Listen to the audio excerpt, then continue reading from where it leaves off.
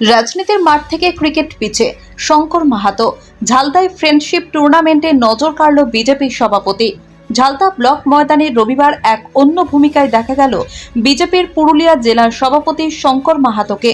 রাজনৈতিক ময়দান ছেড়ে তিনি নামলেন ক্রিকেটের মাঠে।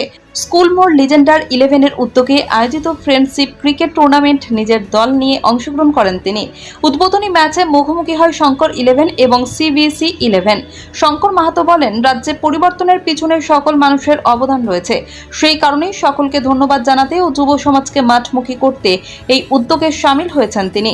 পাশাপাশি এলাকার ক্রীড়াবিদদের জন্য উন্নত খেলার মাঠ তৈরির দিকেও নজর দেওয়া হবে বলে জানান।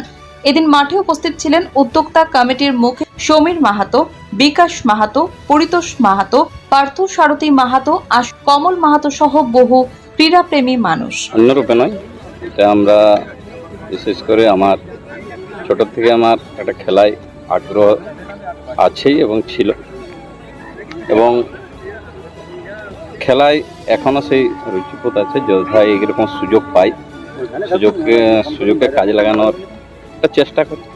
যাদের সাথে আমরা ছোট থেকে খেলায় অংশগ্রহণ করেছি, যারা আমাদের সাথে খেলায় জড়িত আছে, তাদের বয়স কোনো ফ্যাক্টর নয়।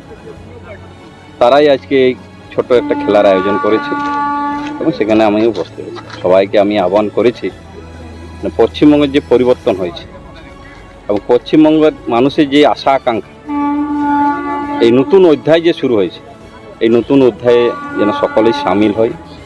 যার যেমন সাধ্য, যার যেমন ক্ষমতা, যার যেমন ক্যাপাসিটি, সবাই যেন এই নতুন অধ্যায়ে পশ্চিমবঙ্গের পরিবর্তনের যে আগামী কর্মসূচি, সেই কর্মসূচির জন্য সবাই সামিল হবে।